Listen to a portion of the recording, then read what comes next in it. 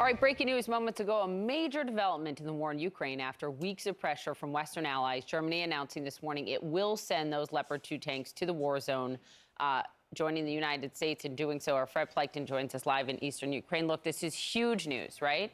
And very welcome news for Volodymyr Zelensky and all of Ukraine.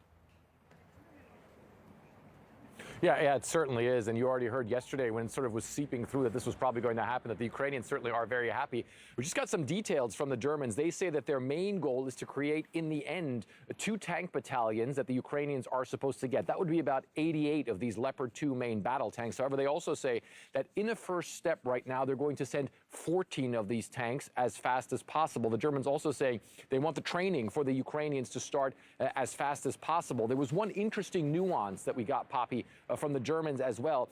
They're saying that they are going to give permission to other European countries that own these tanks to also send these Leopard 2 main battle tanks to the Ukrainians as well. That means the Ukrainians could get a lot of these tanks very quickly because a lot of European nations have these tanks. Now, of course, we know that all this came after some pretty tough negotiations between the Germans and the United States. In the end, the United States apparently relenting to also sending Abrams main battle tanks to Ukraine as well. Of course, the Ukrainians pretty happy to be getting tanks, both of German make and of American make, in the not too distant future as well, guys. And Fred, there's been quite the response this morning from Russia, right?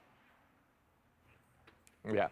Well, yeah, you're absolutely right. And I was actually messaging with the Kremlin spokesman, Dmitry Peskov, a little while ago. And first of all, he was saying that obviously the Russians say that this will increase the tension here on the continent. He says that suffering will increase for the Ukrainians as well. He wrote that in a message to me, but really some strong words coming from the Russian ambassador to the United States. And he came out and he said that Abrams tanks that enter Ukraine will be destroyed by the Russians. Of course, the Russians so far have said that about pretty much every new weapon system that the U.S. and its allies have sent. So far, none of that has happened. And again, the Ukrainians really very, very happy with these decisions, really believing they're going to get a lot more tanks than they had originally thought, guys. All ahead of what is expected to be a real Russian escalation in the spring. So key timing. Fred, thank you for the reporting.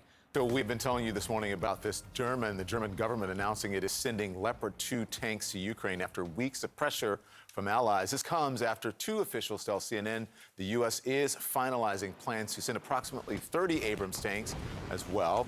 And Russia has vowed to destroy any military equipment that are supplied to Ukraine. And Ukraine's President Zelensky warning that Russia is preparing for revenge against Ukraine on the battlefield. So joining us now, the author of the new book, The Bill of Obligations, 10 Habits of Good Citizens, which is now out. We're so happy to have him on. Richard Haass, he is the president of the Council on Foreign Relations and a veteran diplomat. Good morning. Morning. We're so happy to, both of us Yeah, are so good happy morning. to have you on this morning.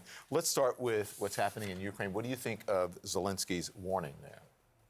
Look, this is, the Germans were reluctant to do this. Ukraine has wanted more arms all along. The United States has been trying to balance helping Ukraine and perhaps not provoking Russia.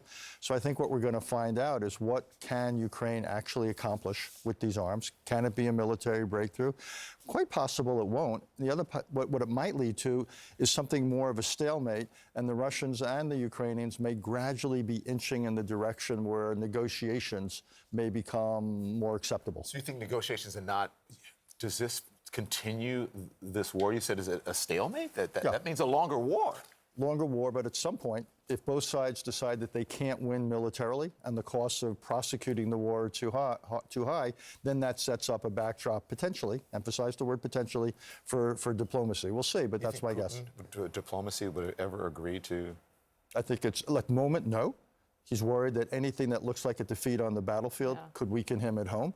But at some point, he's going to have to make the calculation whether does that flip in reverse, and does continuing the war perhaps weaken him at home. We're not there yet. Maybe one day. What about the fact, though, that it was just on last Thursday that Dmitry Medvedev, the former president of Russia, basically, warned in an oblique way that Russia could use nuclear weapons if they're defeated in Ukraine. He said the loss of a nuclear power in a conventional war can provoke the outbreak of nuclear war. Nuclear powers do not lose major conflicts on which their fate depends. That's central to Russian nuclear doctrine, and that's something we, the West, have been thinking about all along. How do you help Ukraine enough and not get to that point? But also, you don't want to signal that Russian nuclear threats have real weight, what will that teach the Russians and the rest of the world? That nuclear weapons are really useful. That's why this is such a tough How do you walk crisis. that line? You're a diplomat.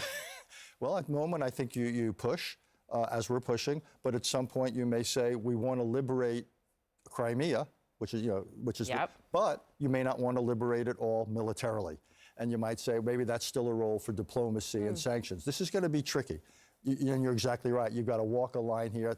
The administration's been doing it all along, I think not badly, but this is tricky given these threats. Richard, we spoke when I did the night show when this war started. And did you think that it would last this long, that we'd still be talking about it? Early on, everyone was worried that Ukraine would be overwhelmed. Right. We all underestimated Ukraine, overestimated Russia. By the way, there I include Vladimir Putin. I don't think a lot of experts thought this war was going to go the way it did. So then 6 months into the future, what do you think? It's going to look a lot like the present. You do? Wow. sir. Why do you say that? Because I don't see either side necessarily having enough of a military advantage to break the other. Russia's in very dug-in defensive positions. Ukraine is getting more offensive firepower. I'm not sure it's going to be enough to fundamentally change the military balance. And I don't think either side is as yet ready to negotiate, but at some point, maybe. You talk about the book? Yeah, sure. Let's talk about what this book is about, as a matter of fact.